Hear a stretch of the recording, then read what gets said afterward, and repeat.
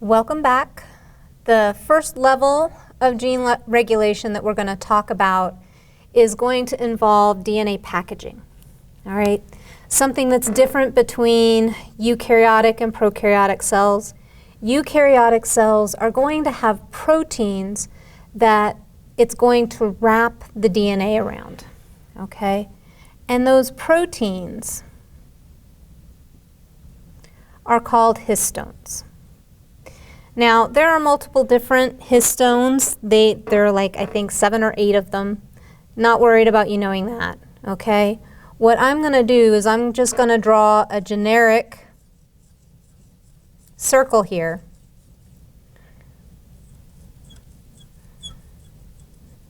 And if you notice, my markers don't squeak. I got new markers, all right? So we've got some circles here. These are going to be the histones. So this squiggly ball that I drew here, know that there are multiple proteins that make up that histone.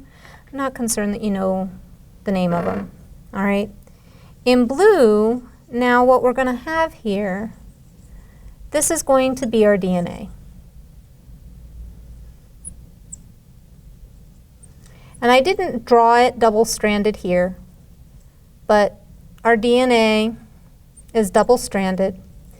And it's going to wrap around those histones. And this particular conformation, when it's viewed under an electron microscope, is described as being beads on a string. All right? And this is kind of the first level of packaging.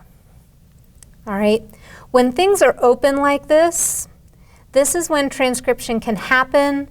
The polymerase can reach promoter regions, bind in there, start transcription, kind of pushes histones out of the way.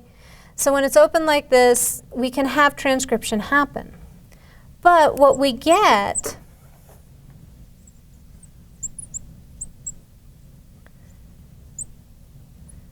is some sequential packaging that's going to happen. So we're going to have our beads on a string.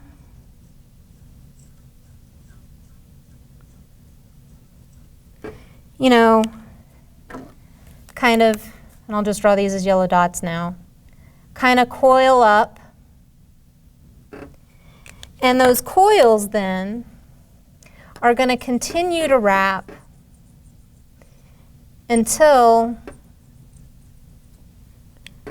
we get our chromosome. So I'll have some yellow dots in here.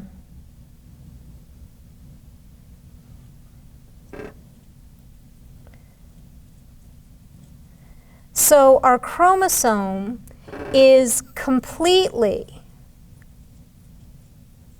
packaged and ready to move. And remember, we see our chromosomes when the cell undergoes mitosis, okay? And we'll connect our chromosome here with our centromere. But that chromosome's completely packaged. So when cells are undergoing mitosis, transcriptionally, they're inactive because RNA polymerase can't get into the DNA. It can't access the DNA in order to transcribe it.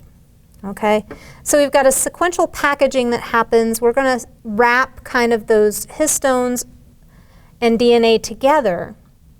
And that essentially what it'll do, if you wrap a portion of the chromosome up, that will keep that portion of the chromosome transcriptionally active. Okay, and what you might have off over here is an open region. And that open region would be the region of DNA that would be actively transcribed by that particular cell. Okay? So packaging is one way of doing that. An example of where we've got DNA packaging is going to be with X inactivation. All right?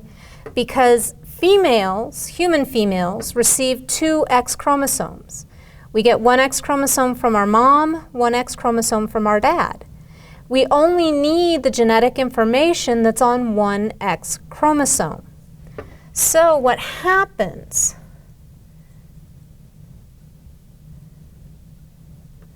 That secondary X chromosome is going to be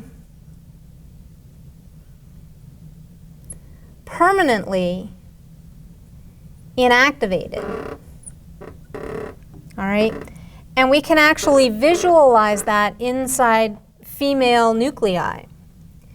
That inactivated chromosome is referred to as the Barr body. All right? So what happens with X inactivation?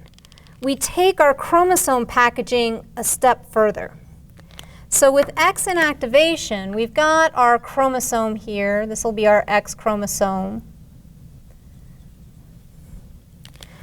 We'll put some histones in there for good measure, randomly, right?